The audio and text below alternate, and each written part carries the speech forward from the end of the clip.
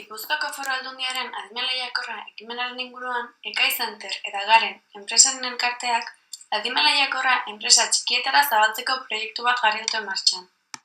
Jarraian, literaturak adimen lehiakorra mikroenpresetan inplantatzeko eskaintzen dituen gomendio ezberdinak bilduko ditugu. Lehenik eta behin, adimen lehiakorreko sistema inplantatzeko beharrezkoak diren pausoak definituko ditugu. Mikroenpresen oztopo nagusientariko bat baliabide ekonomiko eta giza baliabideen urritasuna izan ohi da. Horregatik, hauen inguruko azterketa egin beharko dugu ahalik eta hoben erabiltzeko. Prozesuko bigarren fasean, enpresaren beharrak zehaztuko ditugu eta honen araberako informazio iturri ezberdinak aukeratuko ditugu. Hirugarren fasean, adimen lehiakorra sistema egokiena aukeratuko dugu enpresaren ezaugarriak kontuan izanik. Hau da, adimen lehiakorreko erramienten konbinaketa ezin hobea egingo dugu.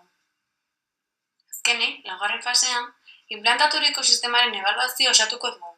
Fase honetan, kontuan hartu beharko dugu sistemaren errentagarritasuna eta erabilgarritasuna.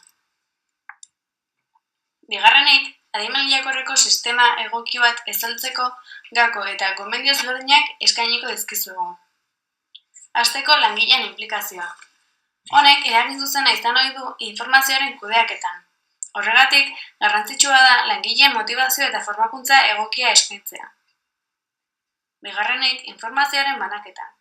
Garrantzi handikoa da informazioaren komunikazio eta transmisioa era proaktibo batean lantzea. Era honetan, erakundeko kide guztiak informazio guztiaren jakinaren gainean egon daitezen.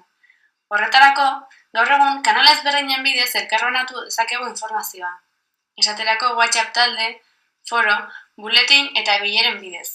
Gainera, gaur egun bilera hauek ez dira leku fisiko berean egin behar, tresna digitalei esker, adibidez Skype bezalako tresnen bidez. Azkenik, informazio teknologikoen integrazioa. Erakundeko agenteek teknologia hauen inguruan dituzten ezagutzak adimen lehiakorreko erramienten erabilpen eta erabilgarritasunean eragiten du. Gaur egun, informazio asko dugu eskuragarri, eta beraz, hauei errentagarritasuna ateratzeko tresna egokien bidez landu behar dira. Adibidez, Excelen bidez taula dinamikoak eginez. Horregatik, garrantzizkoa da IKT-en inbertsioak egitea.